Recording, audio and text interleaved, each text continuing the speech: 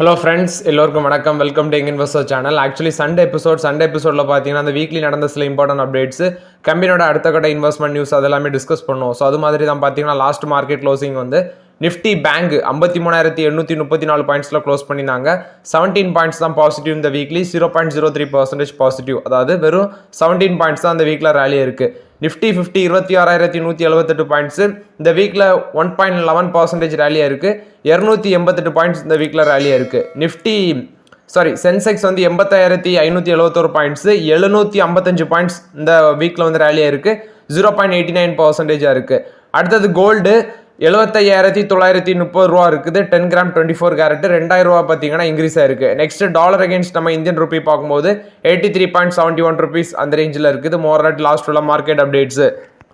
First பார்த்தீங்கன்னா அந்த Reliance இண்டஸ்ட்ரீஸில் ஒரு அப்டேட் வந்திருக்கு. 1970s 80s அந்த காலகட்டத்தில் பெப்சி, கோகோ கோலா அந்த மாதிரிப்பட்ட கம்பெனிஸில் வந்து பார்த்தீங்கன்னா இந்த ரெண்டு கம்பெனிஸுமே அமெரிக்கன் மார்க்கெட்டில் பயங்கரமான காம்படிஷன் இருந்துச்சு. அது மாதிரி இப்போ இந்தியன் மார்க்கெட்லேயும் அந்த கூல்ட்ரிங்க்ஸ் மார்க்கெட்டில் ஒரு காம்படிஷன் வர சான்சஸ் இருக்குது. குறிப்பாட்டு அமெரிக்காவில் வந்து பார்த்தீங்கன்னா இந்த ஆட்ஸ் மூலம் மட்டும் இந்த ப்ராடக்ட்ஸ் எல்லாமே பெரிய அளவில் வந்து வளர்ச்சி அடைஞ்சாங்க. ஸோ அது மாதிரி இப்போ குறிப்பாட்டு வெஸ்ட் பெங்கால், ஒடிசா, உத்தரப்பிரதேஷ் இந்த மாநிலத்திலலாம் இந்த பெப்சி, கோகோ கோலாவோட ப்ராடக்ட்ஸ் வந்து விற்கிறாங்க. ஸோ அது வந்து பார்த்தீங்கன்னா இப்போ 20 ரூபாய்க்கு ஃபார் எக்ஸாம்பிள் விற்கிறாங்கன்னா ரிலையன்ஸோட அந்த கேம்போ கோலா அப்படிங்கிற ஒரு ப்ராடக்ட் வந்து 10 ரூபாய்க்கு விற்கிறாங்க. ஸோ அவங்க வந்து இப்போ அவங்க ஒரு ரேட்டுக்கு விற்கிறாங்கன்னா அதுக்கு பாதி விலைக்கே பார்த்தீங்கன்னா இவங்களோட ப்ராடக்ட்டை கொடுக்குறாங்க. ரிலையன்ஸ் இண்டஸ்ட்ரீஸ் நீ பார்க்கும்போது எல்லா செக்மெண்ட்லேயும் இருக்கிறாங்க. குறிப்பாட்டு oil segment, oil and marketing செக்மெண்ட்ல இருக்கிறாங்க. அடுத்தது ரீட்டைல் செக்மெண்ட்ல இருக்கிறாங்க. ஜியோ மார்ட் அப்படிங்கிற ஒன்று இன்ட்ரடியூஸ் பண்ணி அந்த செக்மெண்ட்லேயும் ஒரு சக்ஸஸ் அடைஞ்சு இருக்கிறாங்க. டெலகாம் இண்டஸ்ட்ரீஸில் இருக்கிறாங்க. அடுத்தது அது மட்டும் இல்லாமல் இந்த ஹோம்லி பேஸ்ட் ப்ராடக்ட்டை செல் பண்ணுறதுக்கு வைசர் அப்படிங்கிற ஒரு பிராண்டை பார்த்தீங்கன்னா இன்ட்ரடியூஸ் பண்ணி அது மூலமாக இந்த ஹோம்லி ப்ராடக்ட்ஸ்லாம் விற்கிறாங்க. அதுலேயும் உங்களுக்கு வந்து மார்க்கெட் ஷேர் வந்து கேப்சர் பண்ணி வச்சிருக்காங்க. ஸோ பல செக்மெண்ட்ல வந்து பார்த்தீங்கன்னா இந்த முகேஷ் அம்பானியோட ரிலையன்ஸ் இண்டஸ்ட்ரீஸ் வந்து ஒரு சக்ஸஸ்ஃபுல்லாக இருக்கிறாங்க. ஸோ 50 இயர்ஸ் வந்து ஒரு சக்ஸஸ்ஃபுல் கம்பெனியாக இருக்க இந்த கேம்போ கோலாவை வந்து 22 கோடிக்கு வந்து பார்த்தீங்கன்னா இந்த முகேஷ் அம்பானியோட ரிலையன்ஸ் இண்டஸ்ட்ரீஸ் வந்து வாங்கியிருக்காங்க. ஸோ இப்போ வந்து இவங்க உள்நாட்டிலே மேனுஃபேக்சர் பண்ணி அந்த பண்ணுற ப்ராடக்ட்டுக்கு வந்து பார்த்தீங்கன்னா இந்தியன் மார்க்கெட்டில் செல் பண்ணணும். அதாவது இந்தியன் மார்க்கெட்டில் வந்து இந்தியன் நம்ம உள்நாட்டு தயாரிப்பு பொருள் வந்து நிறைய டிமாண்ட் இருக்கணும் அப்படின்னு சொல்லி 2024 ஃபினான்ஷியலில் மட்டுமே ரிலையன்ஸோட அந்த கஸ்டமர் தயாரிப்பு நிறுவனம் அந்த RPCL அந்த கம்பெனி வந்து பார்த்தீங்கன்னா 3000 கோடி ரூபாய்க்கு வந்து விற்பனை பண்ணியிருக்காங்க. அதில் 400 கோடி ரூபா மட்டும் இந்த கேம்போ கோலா வந்து வசூல் பண்ணியிருக்கு அப்படின்னு சொல்கிறாங்க. ஸோ நெக்ஸ்ட் பார்க்கும்போது இந்த கேம்போ கோலாவோட பாட்டில் வந்து இப்போ 250 மில்லி வந்து 20 ரூபாய்க்கு வந்து பார்த்தீங்கன்னா அந்த பெப்சி, கோகோ கோலா கொடுக்குறாங்க. அதாவது 250 ml பாட்டில் வந்து 20 ரூபாய்க்கு அந்த ஜூஸை வந்து பெப்சி, கோகோ கோலா விற்கிறாங்கன்னா இவங்க கேம்போ கோலா வந்து பார்த்தீங்கன்னா 10 ரூபாய்க்கு கொடுக்குறாங்க. அதே 500 ml வந்து 500 மில்லி வந்து பார்த்தீங்கன்னா 20 ரூபாய்க்கு கொடுக்குறாங்க இந்த கேம்போ கோலா. ஸோ மோராராட்டு பார்க்கும்போது பெரிய கம்பெனிஸ்க்கு இந்த ப்ரைஸை வந்து குறைச்சி அவங்களுக்கு பெரிய அளவில் காம்படிஷனை கொடுத்து மார்க்கெட் ஷேரை கேப்சர் பண்ணதுக்கு ரிலையன்ஸோட கேம்போ கோலா ட்ரை பண்ணுறாங்க. ஆனால் இவங்க இப்படி ப்ரைஸை கம்மி பண்ணும்போது அந்த பெப்சி, கோகோ கோலா மாதிரிப்பட்ட பெரிய கம்பெனிகளும் பார்த்தீங்கன்னா இவங்களுக்கு ஈக்குவலாட்டு ப்ரைஸை குறைப்பாங்க. ஸோ நம்ம அதை வெயிட் பண்ணி தான் பார்க்கணும். மோராராட்டு இது வந்து ரிலையன்ஸோட கேம்போ கோலாவை பொறுத்த வரைக்கும் அப்டேட்டு. நெக்ஸ்ட் பார்த்தீங்கன்னா ஸ்விக்கியோட IPO அதுக்கு வந்து செபி வந்து அப்ரூவல் கொடுத்துருக்காங்க. ஸ்விக்கி வந்து பார்த்தீங்கன்னா அந்த food and spicy product delivery மார்க்கெட்டிங்கில் இருக்கிறாங்க. ஸோ இவங்களுக்கு காம்படிஷன் பார்க்கும்போது ஜொமேட்டோ இருக்கிறாங்க இவங்களுக்கு ஈக்குவலாட்டு. ஸோ இவங்க வந்து பார்த்தீங்கன்னா 1.25 பில்லியன் அமெரிக்கன் டாலர் வரைக்கும் வேல்யூஷன் கொண்டு IPO தான் லான்ச் பண்ண இருக்கிறாங்க. ஸோ இப்போ செபி அப்ரூவலும் கொடுத்துருந்தாங்க. அந்த DHP டாப்டட் ஹியரிங் ப்ராஸ்பெக்ட்ஸ் வந்து பார்த்தீங்கன்னா அவங்க சப்மிட் பண்ணியிருக்காங்க. செபி ஒரு பக்கம் அப்ரூவல் கொடுத்துருக்காங்க. ஸோ அந்த IPO மூலமாட்டம் அவங்க ஒரு 3750 கோடி வந்து பார்த்தீங்கன்னா ஃப்ரெஷ் இஷ்யூ மூலமாட்டும் ஆஃபர் ஃபார் சேல் மூலமாட்டம் ஒரு 6664 கோடி வந்து ரைஸ் பண்ணுறாங்க ஸ்விக்கி. இதில் 24 ஃபினான்ஷியலில் பார்க்கும்போது 3 குவார்ட்டர்ஸில் வந்து அவங்க வந்து 5476 கோடி வந்து ரெவன்யூ பண்ணியிருக்காங்க. இதில் லாஸ் வந்து 1600 கோடி பண்ணியிருக்காங்க இந்த ஸ்விக்கி. இவங்களுக்கு காம்படிஷனாக இருக்கிற ஜொமேட்டோ வந்து பார்த்தீங்கன்னா இதே இந்த ஃபினான்ஷியல் இயரில் 3 குவார்ட்டர்ஸில் 12,114 கோடி வந்து ரெவன்யூ பண்ணியிருக்காங்க. 351 கோடி வந்து ப்ராஃபிட் பண்ணியிருக்காங்க. ஸோ இது வந்து ஸ்விக்கி அண்ட் ஜொமேட்டோவை பொறுத்த வரைக்கும் அப்டேட்டு. ஸ்விக்கியோட IPOக்கு பார்த்தீங்கன்னா இவங்க செபி வந்து இப்போ அப்ரூவலும் கொடுத்துருக்காங்க. நெக்ஸ்ட் பார்த்தீங்கன்னா செபி வந்து சில சேஞ்சஸை வந்து கொண்டு வராங்க நம்மளோட மார்க்கெட்டில். குறிப்பாட்டு ஃபர்ஸ்ட் பார்க்கும்போது அக்டோபர் 1ஆம் தேதியிலேருந்து இதில் நடைமுறைக்கு வருது. ஸோ அது மட்டும் இல்லாமல் செப்டம்பர் 30ஆம் தேதி இந்த பத்மநாபன் கமிட்டி ஒன்று ஃபார்ம் பண்ணியிருக்காங்க. இந்த ஃபியூச்சர்ஸ் அண்ட் ஆப்ஷன் ட்ரேடிங்கில் ரீட்டைல் இன்வெஸ்டர்ஸை எப்படி வந்து நம்ம பாதுகாக்கிறது அப்படின்னு சொல்லி முடிவெடுக்கிறதுக்கு. ஸோ அதை டிஸ்கஸ் பண்ணலாம்.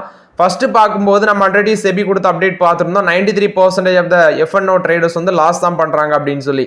இதில் ஒரு அதிர்ச்சி தகவல் பார்க்கும்போது ஸ்மால் ட்ரேடர்ஸ் இருப்பாங்க, அதாவது 1 லட்சம் கேபிட்டல் வச்சு ட்ரேட் பண்ணுறவங்க பார்த்தீங்கன்னா இந்த ஃபினான்ஷியல் இயர் 24ல் அந்த ஸ்மால் ட்ரேடர்ஸில் 1 லட்ச ரூபா வரைக்கும் அந்த கேபிட்டல் வச்சு ட்ரேட் பண்ணுவாங்க. 91.5% ஆஃப் ஸ்மால் ட்ரேடர்ஸ் வந்து ஃபினான்ஷியல் இயர் 24ல் வந்து பணத்தை விட்டுருக்காங்க, அதாவது லாஸ் பண்ணியிருக்காங்க அப்படின்னு சொல்லி நான் இன்னைக்கு தான் பார்க்கும்போது அது டீட்டெயிலாக பார்க்கும்போது தான் புரிஞ்சிருக்கு. ஸோ அப்போ ஸ்மால் ட்ரேடர்ஸ் வந்து 1 லட்சம் கேபிட்டல் வச்சு ட்ரேட் பண்ணுறவங்களே 91.5% ஸ்மால் ட்ரேடர்ஸ் பார்த்தீங்கன்னா லாஸ் பண்ணியிருக்காங்க. ஸோ இதுதான் நான் சொல்கிறது, அந்த ஃபியூச்சர்ஸ் அண்ட் ஆப்ஷன் ட்ரேடிங் பக்கம் போகாதீங்கன்ட்டு நிறைய பேர் பார்த்தீங்கன்னா நீங்கள் ஈடுபடுறீங்க.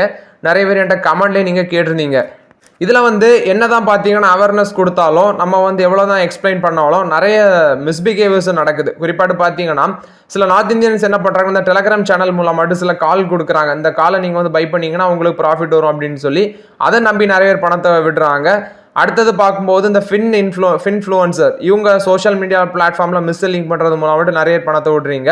ஸோ இந்த ஆப்ஷன் அண்ட் ட்ரேடிங்கில் வந்து சில பேர் வந்து பார்த்தீங்கன்னா 1% டெய்லி ரிட்டர்ன் அப்படின்னு சொல்லி அப்படி நிறைய பேர் வந்து பணத்தை விடுறீங்க. ஸோ இதனால தான் சொல்கிறது, யார் சொல்கிறதையும் நம்பக்கூடாது. ஷேர் மார்க்கெட்டில் இன்வெஸ்ட்மெண்ட் பண்ணுறதுக்கு நம்மளோட ஓன் ரிசர்ச் அண்ட் அனாலிசிஸ் ரொம்பவே முக்கியம்.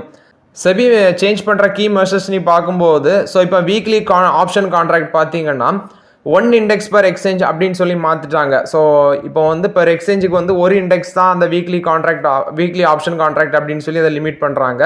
அடுத்தது பெஞ்ச்மார்க் இண்டிசஸாக இருக்கிற இந்த NSE BSE இந்த இண்டிசஸில் மட்டும் தான் இந்த வீக்லி எக்ஸ்பைரி இருக்கும் அப்படின்னு சொல்லி கொண்டு வந்துட்டாங்க. ஸோ மற்ற இண்டிஸ்ல எல்லாமே பார்த்தீங்கன்னா அந்த எக்ஸ்பைரி வந்து மந்த்லி பேசிஸில் தான் இருக்கும் அப்படின்னு சொல்லி கொண்டு வராங்க. அடுத்தது அவங்க சொல்கிறது, அந்த கான்ட்ராக்ட் சைஸ் வந்து இப்போ 5 லட்ச ரூபாய் இருக்கிறத வந்து 15 லட்சத்துலேருந்து 20 லட்சம் மட்டும் இன்க்ரீஸ் பண்ணுறாங்க. ஸோ இது மூலமாட்டு ரீட்டைல் இன்வெஸ்டர்ஸ் வந்து பார்த்தீங்கன்னா இதில் பார்ட்டிசிபேட் பண்ணதை தவிர்க்கலாம் அப்படின்னு சொல்கிறாங்க. அடுத்தது இந்த நிஃப்டி லாட் சைஸை வந்து பார்த்தீங்கன்னா 25லேருந்து 75 ஆட்டி இன்க்ரீஸ் பண்ணுறோம் அப்படின்னு சொல்கிறாங்க. பேங்க் நிஃப்டி லாட் சைஸை வந்து 15 to 30 ஆட்டி இன்க்ரீஸ் பண்ணுறாங்க. ஸோ இந்த ஹை மார்ஜின் ரெக்யூர்மெண்ட்னால பார்த்தீங்கன்னா இப்போ ஒரு லாட் பர்ச்சேஸ் பண்ணுறதுக்கே ரீட்டைல் இன்வெஸ்டர்ஸ் வந்து தயங்குவாங்க. இது மூலமாட்டு ரீட்டைல் இன்வெஸ்டர்ஸ் அந்த ஃபியூச்சர்ஸ் அண்ட் ஆப்ஷன் ட்ரேடிங்கில் ஈடுபடுறதை தவிர்க்கலாம் அப்படின்னு சொல்கிறாங்க. அடுத்தது NSE BSE சில சேஞ்சஸை கொண்டு வராங்க. குறிப்பாட்டு இந்த STTT இது பட்ஜெட்லேயே சொல்லியிருந்தாங்க, அதாவது ஸ்டாண்டர்ட் டிரான்சாக்ஷன் டேக்ஸ்ன்னு சொல்லுவாங்க. இதில் ஆப்ஷனுக்கு பார்த்தீங்கன்னா 0.0625% இருந்தது, இப்போ 0.1% இன்க்ரீஸ் பண்ணுறாங்க. ஃபார் எக்ஸாம்பிள் நீங்கள் வந்து பார்த்தீங்கன்னா ஒரு ஆப்ஷனை வந்து 100 ரூபா ப்ரீமியமில் செல் பண்ணுறீங்கன்னா நீங்கள் வந்து 0.10 rupees முன்னாடி வந்து 0.0625 rupees வந்து பார்த்தீங்கன்னா முன்னாடி STTT டேக்ஸ் ஆட்டு கட்டணும். இப்போ அது வந்து 0.10 rupees ஆட்டி இன்க்ரீஸ் ஆகுது, அதாவது 10 காசு ஆட்டி இன்க்ரீஸ் ஆகுது. நெக்ஸ்ட் ஃபியூச்சர்ஸுக்கு பார்க்கும்போது 0.0125% இருந்தது 0.02% ஆட்டு பெர் ட்ரேட் ப்ரைஸ்க்கு பார்த்தீங்கன்னா இன்க்ரீஸ் பண்ணுறாங்க. ஃபார் எக்ஸாம்பிள் நீங்கள் ஒரு ஃபியூச்சர் கான்ட்ராக்டை 1 லட்ச ரூபாய்க்கு வந்து செல் பண்ணுறீங்க, முன்னாடி அது வந்து 12 ரூபா 50 காசு இருந்தது, இப்போ வந்து பார்த்தீங்கன்னா 20 ரூபாய்ட்டு இன்க்ரீஸ் பண்ணியிருக்காங்க. இது வந்து செக்யூரிட்டி டிரான்சாக்ஷன் டேக்ஸை பொறுத்த வரைக்கும் அப்டேட். இதுவும் அக்டோபர் 1ஆம் தேதியில் வந்து பார்த்தீங்கன்னா இந்த ஃபியூச்சர்ஸ் அண்ட் ஆப்ஷனுக்கு வந்து நடைமுறையில் வருது. நெக்ஸ்ட் பார்த்தீங்கன்னா NSE and BSE சில சேஞ்சஸை கொண்டு வராங்க. ஸோ அது வந்து என்ன சேஞ்சஸ்னா ஆல்ரெடி நம்ம டிஸ்கஸ் பண்ணியிருந்தோம், அந்த யூனிஃபார்ம் ஃபீ லெவலில் வந்து கொண்டு வராங்க. டர்ன் ஓவர் பேசிஸில் வந்து ப்ரோக்கர்ஸுக்கு வந்து சார்ஜஸ் கொடுக்காம எல்லாத்துக்கும் வந்து பார்த்தீங்கன்னா ஒரே யூனிஃபார்ம் ஃபீ ஆட்டு ஒரு ஸ்லாப் வைஸ் கொண்டு வராங்க. அதில் பார்க்கும்போது NSE இப்போ என்ன சொல்கிறாங்கன்னா அந்த கேஷ் மார்க்கெட்டில் வந்து சார்ஜஸ் வந்து 2.97 rupees per lakh ட்ரேடட் வேல்யூக்கு வந்து இன்ட்ரடியூஸ் பண்ணுறாங்க.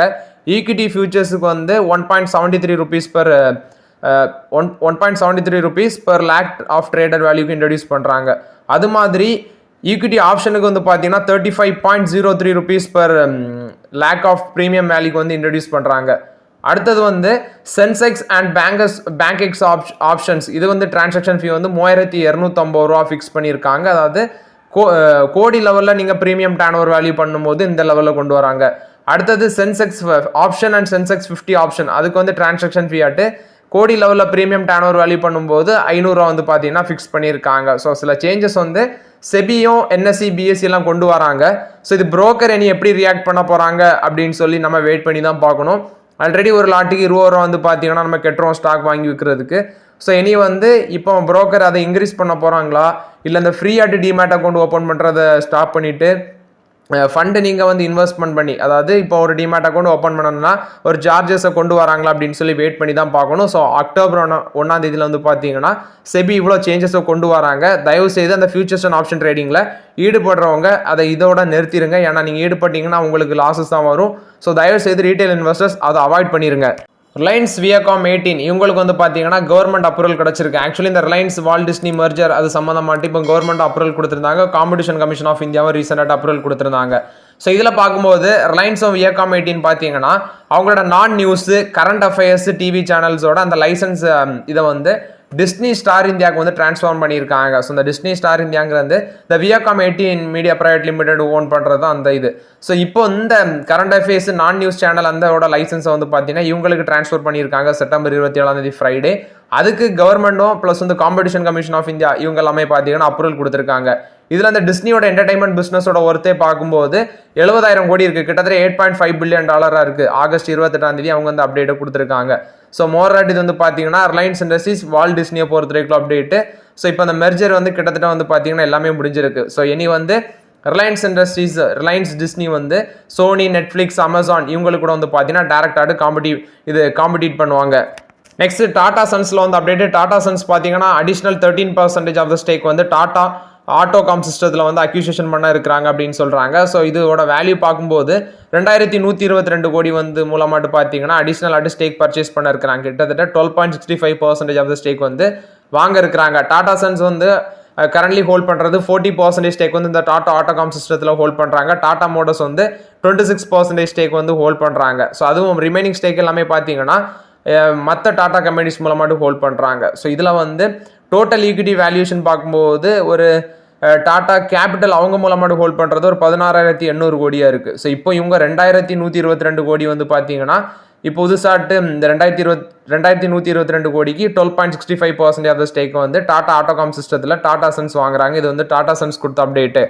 நெக்ஸ்ட் வந்து பார்த்தீங்கன்னா உங்களுக்கு ஒரு டவுட் வரும். அதாவது 10 lakhsக்கு மேலே உங்களோட பேங்க் அக்கௌண்ட்டில் வந்து டெபாசிட் தாண்டி போகுது. அப்போ நீங்கள் என்ன பண்ணணும் அப்படின்னு சொல்லி நீங்கள் என்ன பண்ணணும்ல ஐடி டிபார்ட்மெண்ட் என்ன பண்ணணும் ஐடி டிபார்ட்மெண்ட் என்ன பண்ணும் அப்படின்னு சொல்லி உங்களுக்கு ஒரு டவுட் வரும். ஸோ அதை தான் பார்க்கலாம். ஸோ இந்தியாவில் வந்து பார்த்தீங்கன்னா அந்த இன்கம் டேக்ஸ் டிபார்ட்மெண்ட் அவங்க வந்து டேக்ஸை மட்டும் வந்து கலெக்ட் பண்ண மாட்டாங்க. ஸோ நீங்கள் வந்து டேக்ஸ் பே பண்ண தவறுனா உங்களுக்கு வந்து அபராதமும் விதிப்பாங்க. அதை தான் அந்த இன்கம் டேக்ஸ் டிபார்ட்மெண்ட் வந்து பார்த்தீங்கன்னா பண்ணிட்டு இருக்கிறாங்க. ஸோ இப்போ இந்தியாவில் நீங்கள் வந்து ஒரு 10 lakh rupees வந்து பார்த்தீங்கன்னா பேங்க்ல டேரெக்டாக வந்து டெபாசிட் பண்ணுறீங்க. ஸோ அதுக்கான டேக்ஸ் வந்து நீங்கள் பே பண்ணணும். அப்படி நீங்கள் வந்து டேக்ஸ் பே பண்ணலன்னா அதுக்கு வந்து செப்பரேட்டாக வந்து பார்த்தீங்கன்னா இன்கம் டேக்ஸ் டிபார்ட்மெண்ட்டுக்கு செப்பரேட்டாக அதுக்கு நீங்கள் அது கெட்டாததுக்கு செப்பரேட்டாக டேக்ஸ் உங்கள்கிட்ட கலெக்ட் பண்ணுறதுக்கு இன்கம் டேக்ஸ் டிபார்ட்மெண்ட் வந்து பார்த்தீங்கன்னா ரைட்ஸ் இருக்குது. ஸோ அதுக்கான சட்ட நடவடிக்கைகளும் அவங்க வந்து எடுப்பாங்க. ஸோ 10 lakhs அந்த வேல்யூவில் வந்து அதுக்கு அதிகமாட்டு நீங்கள் வந்து டெபாசிட் பண்ணுறீங்கன்னா ஒன் டைமில் வந்து ஸோ அதுக்கு வந்து பார்த்தீங்கன்னா பேங்க் வந்து இன்கம் டேக்ஸ் டிபார்ட்மெண்ட் குறிப்பாட்டு வருமான வரித்துறைக்கு டேரெக்டாக அவங்க நோட்டீஸ் கொடுத்துருவாங்க. ஸோ அதுக்கான பதிலை வந்து நீங்கள் கொடுக்கணும். அது எப்படி வந்துச்சு அந்த டெபாசிட் அப்படின்னு வந்து நீங்கள் இன்கம் டேக்ஸ் டிபார்ட்மெண்ட்டுக்கு அதோட ஸ்டேட்மெண்ட் வந்து கொடுக்கணும். அதில் வந்து நீங்கள் ஏதாவது அப்படி கொடுக்கல மிஸ் பண்ணிட்டீங்க அப்படின்னா 65% வரைக்கும் பார்த்தீங்கன்னா income tax department tax collect பண்ணுவாங்க. 25% வந்து சர்சார்ஜும் கலெக்ட் பண்ணுவாங்க அப்படின்னு சொல்கிறாங்க. அதாவது ஒரு நாளில் நீங்கள் 2 lakhs அதிகமாட்டு டெபாசிட் பண்ணாலே இன்கம் டேக்ஸ் டிபார்ட்மெண்ட்டுக்கு வந்து பார்த்தீங்கன்னா நியூஸ் வந்து பேருமா. அதே இது 50,000 வரைக்கும் நீங்கள் வந்து ஒரே நாளில் வந்து ஹையஸ்ட்டாக டெபாசிட் பண்ணலாம் அப்படின்னு சொல்கிறாங்க.